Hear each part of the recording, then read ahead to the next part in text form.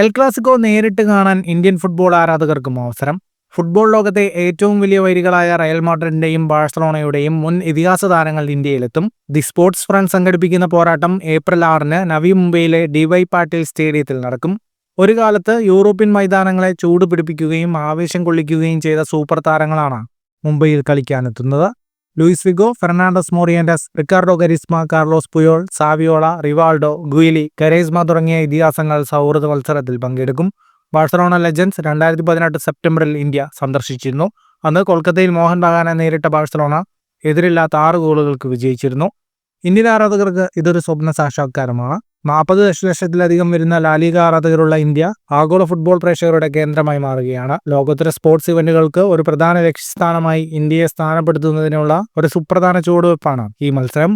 1902 മുതൽ ആരംഭിച്ച El Clasico പോരാട്ടം ചരിത്രത്തിലെ ഏറ്റവും മികച്ച ഫുട്ബോൾ നിമിഷങ്ങൾക്ക് സാക്ഷ്യം വഹിച്ചിട്ടുണ്ട്. ഫുട്ബോൾ ലോകത്തെ കൂടുതൽ വാർത്തകൾക്കും വിശേഷങ്ങൾക്കുമായി സ്പോർട്സ് കഫേ സബ്സ്ക്രൈബ് ചെയ്യുക.